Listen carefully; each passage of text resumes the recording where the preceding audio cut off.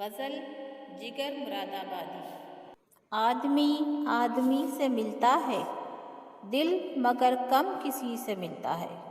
شاعر کہتے ہیں اس دنیا میں لوگ ایک دوسرے سے تو روزانہ ملتے ہیں مگر ان کے دل آپس میں نہیں ملتے، یعنی ہمارے دلوں میں ایک دوسرے کے لیے محبت نہیں ہے۔ دوسروں کی تکلیف کو دیکھ کر ہمیں تکلیف نہیں ہوتی، لیکن جب ہم تکلیف میں ہوتے ہیں تو ہم چاہتے ہیں کہ ہماری مدد کوئی بھی کرے، چاہے وہ ہماری جان پہچان کا ہو یا انجانا ہو۔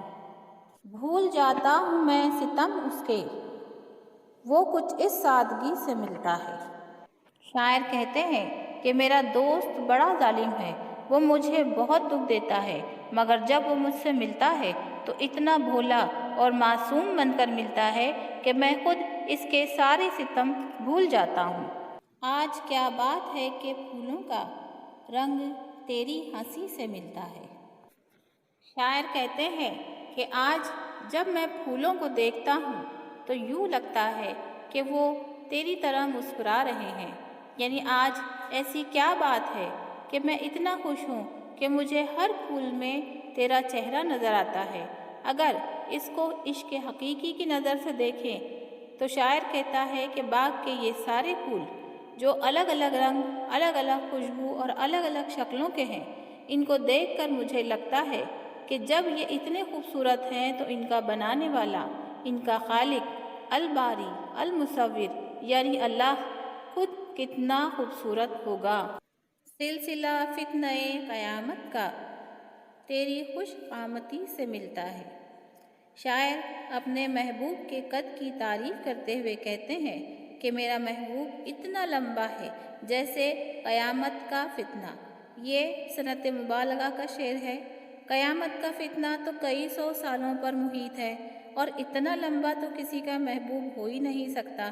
دوسرے معنوں میں شاعر یہ کہنا چاہتا ہے کہ جس طرح قیامت کے فتنے سے ہر انسان کو پریشانی اٹھانی پڑے گی، اسی طرح میرا محبوب اتنا خوبصورت ہے کہ اس کے صرف قد کاٹ کو دیکھ کر ہی ہر کوئی متاثر ہوتا ہے۔ مل کے بھی جو کبھی نہیں ملتا، ٹوٹ کر دل اسی سے ملتا ہے۔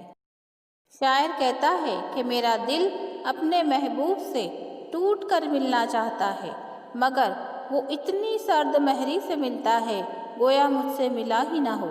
اس کو دوسرے معنوں میں سمجھیں تو ہماری کچھ خواہشات پوری ہو جاتی ہیں، مگر ہماری خواہش کا کچھ حصہ اس طرح مکمل نہیں ہوتا جس طرح ہمارا دل چاہتا ہے۔